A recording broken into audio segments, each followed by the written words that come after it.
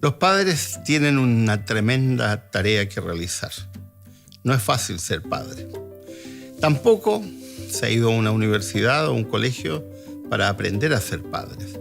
Son pocos los padres que tienen alguna formación específica en educación infantil que les permita entender qué es lo que deben hacer y qué es lo que no deben hacer. Eso es normal. Así que no hay que afligirse cuando algunos padres dicen, bueno, es que no sé qué hacer. Y bueno, cuando dices no sé qué hacer, esa es una buena señal, porque si reconoces que tienes un problema, estás admitiendo que tienes una dificultad y eso es positivo, porque así puedes buscar soluciones. Hoy día tenemos una cantidad de herramientas que no existían en los tiempos cuando nuestros padres nos educaron o cuando nosotros mismos educamos a nuestros hijos. Existen alternativas. Y en estas alternativas, una pregunta recurrente es ¿cómo educo sin tener que golpear? El golpe no enseña, al contrario, el golpe maltrata. El golpe verbal tampoco lo hace. Una buena alternativa para educar es algo que se viene utilizando desde hace muchos años en contextos no punitivos, donde educadores, psicólogos, antropólogos, sociólogos buscaban formas de enseñar, educar a las personas sin tener que recurrir a la violencia. Y eso es el contrato. ¿Qué es un contrato? Un contrato es un pacto, un acuerdo que hacen dos partes. En este caso, padres e hijos. Y van a pactar. Un contrato, evidentemente, lo podrás realizar con personas que tengan un nivel cognitivo ya un poquito más avanzado.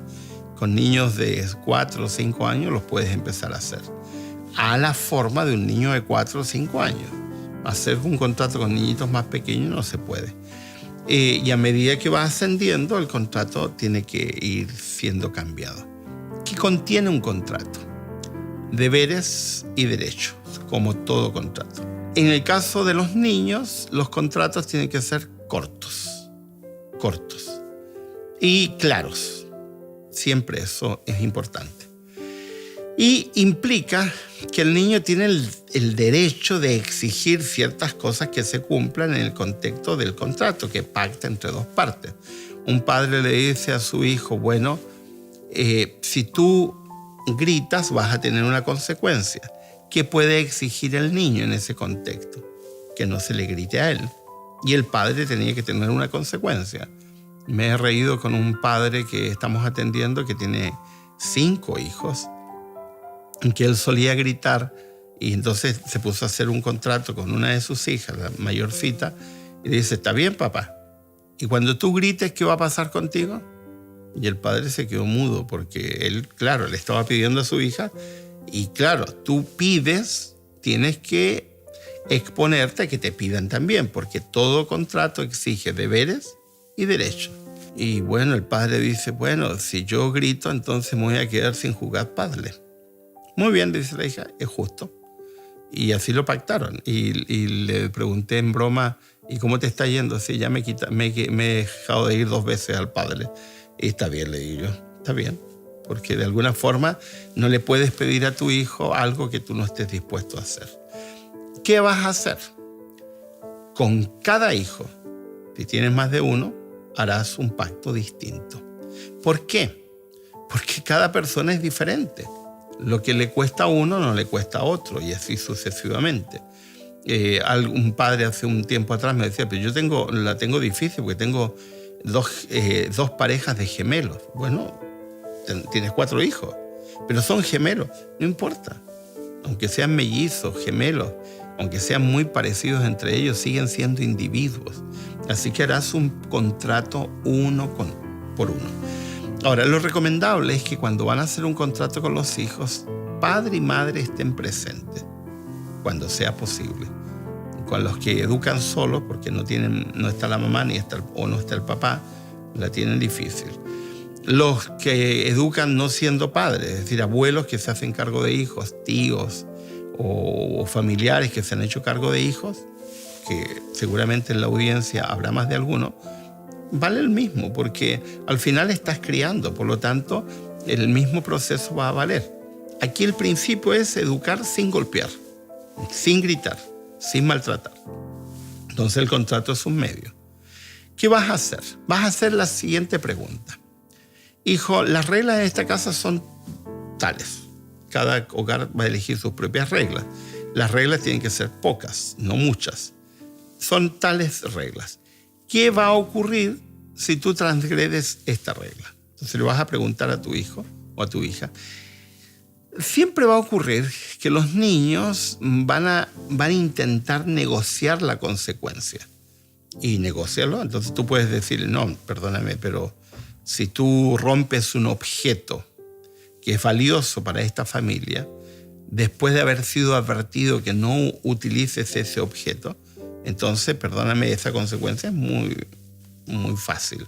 Necesitas otra que sea equivalente a lo que estás haciendo. Y vas a negociar. A veces te encuentras con niños que se ponen consecuencias muchísimo más graves de lo que es la ofensa. Así que ahí le dirás, no, eso es muy drástico. Busquemos algo que sea menos. Ahora, ¿por qué tiene que ser con cada uno? Individual. Porque cada niño responde diferente.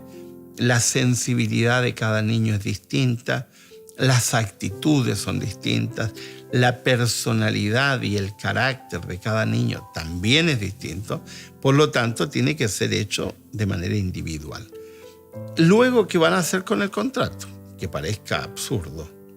Van a firmarlo. Tú como padre, la madre va a firmar y el niño va a firmar su parte. Y si no sabe escribir, que haga una rayita para que el niño entienda que también ha participado. Y lo pondrán en un lugar visible para la familia. Todo el mundo sabrá que tienen consecuencias diferentes cada uno. Pero el papá y la mamá va a hacer también un contrato. Porque no es justo que tú le pidas a tus hijos algo que tú no estés dispuesto a cumplir. No es justo, no corresponde.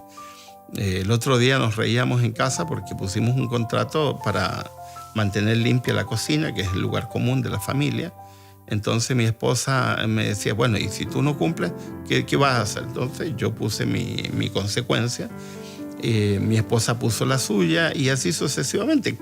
Porque somos adultos y pusimos con nuestro yerno, nuestra hija, viven en casas distintas, pero compartimos, hacemos la comida juntos. Porque vivimos muy cerca, entonces compartimos ese ambiente común para nosotros. Los adultos también tienen consecuencias. Y cuando tú, como adulto, asumes una consecuencia, entonces le estás dando una lección de vida a tu hijo.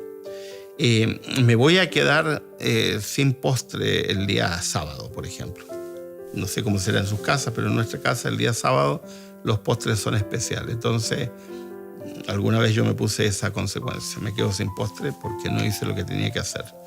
Y así sucesivamente, inventen lo que sea, pero el adulto también tiene que hacer su propio contrato y ponerlo en un lugar visible. Que si llego a gritarle a alguno de mis hijos, ¿cuál va a ser la consecuencia? No cumplo con alguna responsabilidad con la cual me comprometí en la familia, no lo hice, ¿cuál va a ser la consecuencia? Cada persona tiene que tener una responsabilidad en su casa y que la basura no sale sola, las piezas no se limpian solas, las cosas hay que ordenarlas y así sucesivamente. Si tú, adulto, haces un contrato donde solamente tus hijos tienen consecuencias y tú no tienes ninguna, no va a servir para nada. Eso es injusto. Eso el niño lo va a leer como una imposición y no va a servir. Definitivamente no va a servir. Yo he hecho esta actividad con adultos que tienen hijos adolescentes. También funciona. Es más difícil porque si no pusiste reglas antes y no hiciste contratos antes, va a ser difícil, pero no imposible. Donde tus adolescentes también. Los adolescentes son niños. Niños crecidos, niños grandes, niños en cuerpo de adulto, pero al final de cuentas niños, y ellos también pueden aprender. Lo importante aquí es transmitir un concepto. Todo lo que haces tiene una consecuencia. También el contrato debería incluir acciones positivas. ¿Qué pasa si tú cumples todo? Entonces, un resultado positivo. Porque, ahora, tengan cuidado con los regalos, los obsequios. A veces en el programa Escuela para Padres enseñamos que a veces cuando le pagamos a nuestro hijo para hacer algo que es un deber, le estamos dando una pésima lección, así que no se trata de eso. Una actividad positiva sería, por ejemplo, te eximes de tal responsabilidad siempre porque has cumplido el contrato a cabalidad durante un mes, por ejemplo. Ahora, también esta cuestión tiene que ver con hábitos.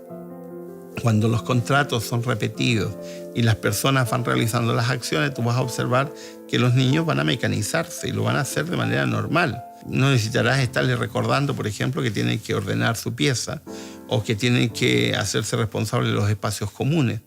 ¿Por qué los espacios comunes tiene que limpiarlos solo una persona? No, eso tiene que ser de todos, porque son, como lo dice la palabra, espacios comunes. Un día le toca a uno, otro día le toca a otro y así sucesivamente. No puedes tener un baño para cada uno de la familia.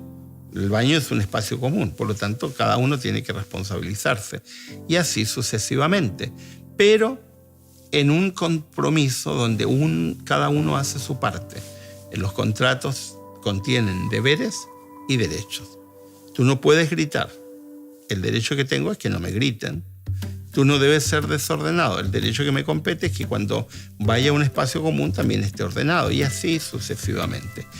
Cuando aprendemos, tanto los adolescentes, los niños, los púberes aprenden, los adultos viven en un ambiente de paz y un niño se desarrolla en un ambiente de paz. No necesitas discutir, basta con que le recuerdes el contrato, lo observas y así vas a tener un niño con un desarrollo